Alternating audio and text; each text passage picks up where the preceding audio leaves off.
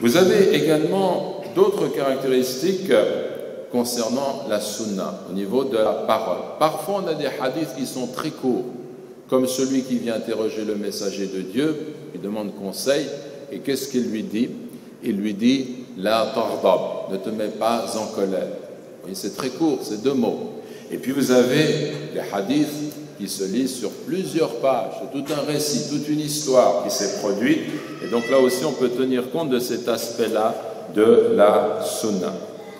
L'importance de Sunna al-Qawliya vient du fait que notre prophète a dit qu'il lui a été donné Jawami' al-Kalim, c'est-à-dire les paroles synthétiques. En peu de mots, il disait des choses qui recouvraient une signification, des significations. C'est un don que Dieu lui a donné. Par exemple, dans cette parole que vous connaissez, Innamal a'malu binniyat, vos actions ne sont comptées que selon vos intentions. Et donc cette parole-là, elle est très importante, et si vous réfléchissez, elle va recouvrir vraiment un grand nombre de domaines du savoir en islam. Elles sont très très importantes. Et ici, le Cheikh Youssouf al-Qaradawi, eh bien, il nous rappelle ce que j'ai dit tout à l'heure, à savoir que l'acte en lui-même n'indique pas l'obligation, mais il nous indique que la chose peut être obligatoire, recommandée ou permise. Ensuite, il nous donne des exemples des actes du messager de Dieu, sallallahu alayhi wa sallam, sunnah al-fa'aliyya. Alors, au niveau de cet aspect-là de la vie, il y a une chose qu'il faut relever, qui est important pour nous de souligner, c'est que il n'existe pas un être humain sur terre dont nous ayons autant de détails sur sa vie publique et privée. Même le président actuel des États-Unis, la personnalité la plus connue, on ne connaît pas les éléments de sa vie privée, comme nous connaissons les éléments de la vie privée du messager de Dieu, sallallahu alayhi wa sallam, dans les détails. Pourquoi? Parce qu'il est notre modèle. Et ça, c'est une chose qui est importante. Par exemple, on prend l'aspect qui relève du culte. كان صلى الله عليه وسلم إذا أراد أن ينام وهو جنب غسل فرجه وتوضأ للصلاة متفق عليه. Lorsqu'il voulait dormir, nous dit Aïcha, l'une de ses épouses, donc un témoin qui est très proche, eh bien, il lavait sa verge et il faisait les petites ablutions pour la prière. Donc avant de dormir, il est recommandé de le faire, ce n'est pas une obligation, c'est rapporté par Bukhari et Muslim. كان إذا اشتد البرد بكر بالصلاة وإذا اشتد الحر أبرد بالصلاة متفق عليه. Lorsque le froid était très important, il faisait très froid, eh bien il avançait la prière, et lorsque il faisait très chaud, il attendait que le temps se refroidisse pour faire la prière. Au niveau du jeûne,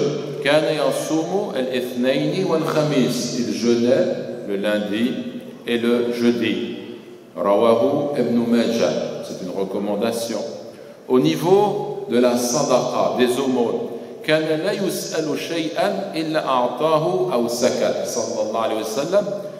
on ne lui demandait rien sans qu'il ne le donne, ou bien il se taisait. Au niveau du Hajj, كان إذا أراد أن يحرم تطيب بأطيب ما يجد. Lorsqu'il voulait se mettre en état de sacralisation pour le Hajj, il mettait le meilleur parfum qu'il pouvait trouver. Et ça, c'est, vous savez, quand on entre en état de sacralisation, on peut se laver, se parfumer avant. Et ensuite, quand on est entré, c'est fini, on ne peut plus le faire. Donc ça, c'est aussi une indication, le hadith rapporté par Muslim. Et vous avez ainsi des hadiths qui relèvent de ces actions au niveau culturel. Maintenant, au niveau des habitudes. Au niveau des habitudes, كان إذا أكل طعاما لعق أصابعه الثلاث. Lorsqu'il avait mangé, eh bien, il essuyait, il léchait ses 3 doigts, rapporté par Ahmad et Muslim. Vous avez également, par exemple, رأيت رسول الله صلى الله عليه وسلم يشرب قائما. Rawahu Ahmad. J'ai vu le messager de Dieu, sallallahu alayhi wa sallam, voire alors qu'il était debout.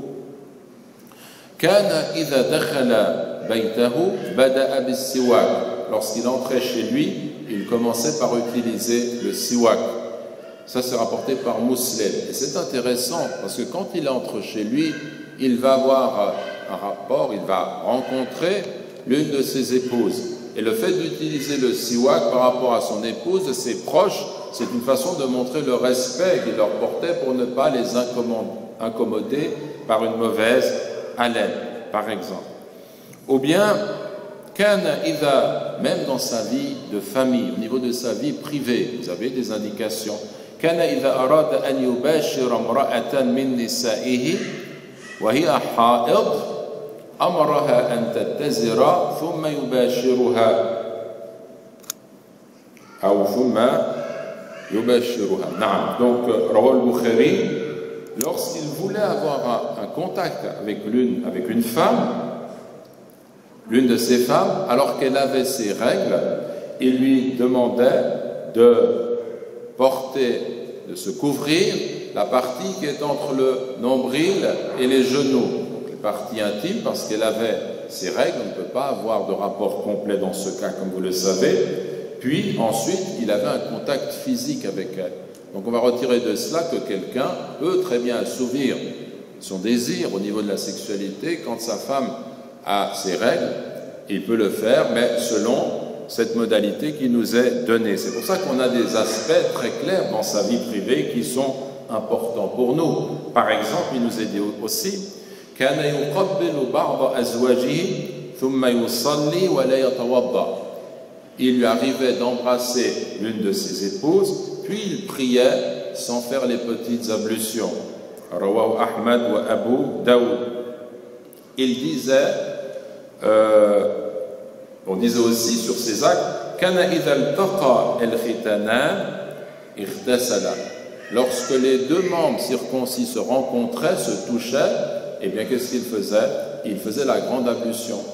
Même s'il n'y avait pas éjaculation, le contact, c'est cela qui fait qu'il faut refaire la grande ablution dans ce cas-là. Vous avez également d'autres éléments sur sa vie qu'on pourrait donner. Alors je vous donne quelques exemples, vous voyez qu'il y a vraiment beaucoup de choses. Il y a également des éléments qui regardent ses jugements au niveau de ses actes. قضى رسول الله صلى الله عليه وسلم بيمين وشاهد رواه مسلم. Donc le messager de Dieu a tranché une affaire en tenant compte de quelqu'un qui avait prêté serment et d'un témoin. Vous savez que pour trancher une affaire, relever un témoignage, il faut deux témoins. Et là, il y avait un seul témoin et il a admis le serment d'un autre témoin. Donc dans certaines affaires, on pourra tenir compte de la chose comme vous le voyez. Vous avez également des éléments qui relèvent de son tempérament, de sa nature et de ses goûts à lui. Par exemple, on dit أنه كان يحب الدباء يعني القرع. Il aimait la courge. Il avait du goût, il aimait manger de la courge. Ou par exemple, vous avez également le fait qu'il portait le turban. Il aimait laisser un reste de turban entre ses omoplates descendre. Alors, il portait un habit d'une certaine façon. Et là, la question qui peut se poser à nous, c'est de nous dire, est-ce qu'il faut suivre ce modèle? Et la réponse que l'on peut donner, c'est non.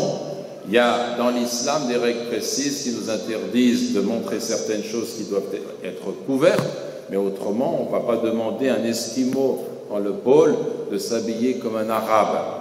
S'il se convertit à l'islam, il va conserver son habit selon ses coutumes locales. L'important, c'est de respecter la règle.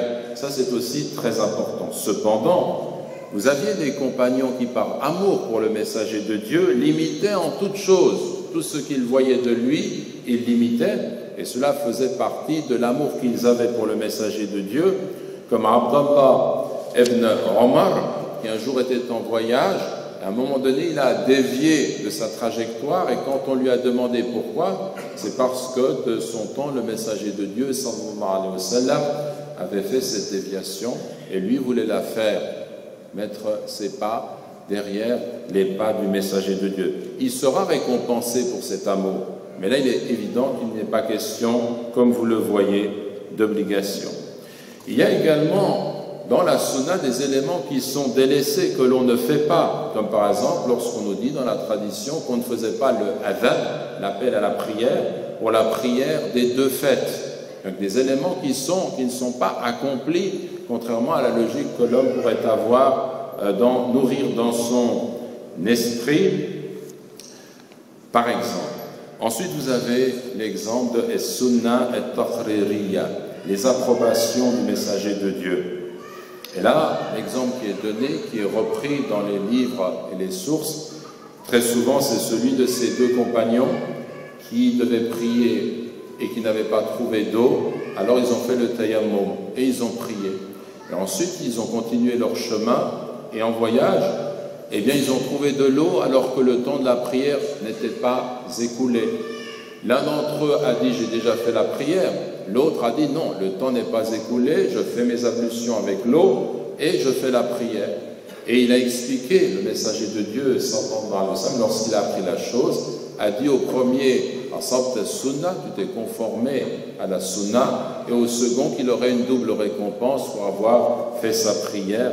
Et donc on voit ce qu'il en est ainsi au niveau de As-Sunnah et-Taqririyya. Il existe également d'autres exemples de tout cela. Alors mes frères et sœurs en islam, toujours lorsqu'on se réfère aux propos qui ont été tenus, on voit que la sunna, c'est en fait un exposé extrêmement détaillé qui nous sert de modèle dans les éléments de notre vie. Et cela au niveau du culte, la prière, la zakat, tous les éléments du culte que l'on rencontre. Ceci également au niveau de l'akhlaq, des mœurs, de la morale. Sunna parle beaucoup de cet aspect-là des choses, du comportement, comme al-sidq, al-amana, la loyauté, la sincérité, al-wafa, al-haya, la fidélité, la pudeur, al-sakha, la générosité. Donc on a tous ces aspects qui sont abordés. La sunna nous parle de tout cela pour nous permettre de réformer nos mœurs. Vous avez également le lien avec Dieu, tout ce qui relève de l'élévation spirituelle, comme par exemple le tawakkul alayh, le fait de s'en remettre à Allah, al-ikhlasu lahu, le fait d'être sincère vis-à-vis d'Allah subhanahu wa ta'ala. Vous avez également dans la sunna des éléments qui regardent les habitudes au niveau du manger, du boire, comment est-ce qu'on s'assoit, comment est-ce qu'on se retrouve entre nous, comment est-ce qu'on se salue, comment est-ce qu'on demande la permission d'entrer, comment on se réveille, comment est-ce qu'on va dormir, comment on entre dans la mosquée, comment on sort de la mosquée, toujours dans le chapitre de la richesse de la sunna. Aussi au niveau de la famille, la sunna nous parle des règles concernant le mariage, des règles concernant le talaq, les règles qu'il faut observer au niveau de la piété filiale, les règles qu'il faut observer au niveau de l'amour et de la tendresse qu'il y a dans le couple, également au niveau des affaires sociales.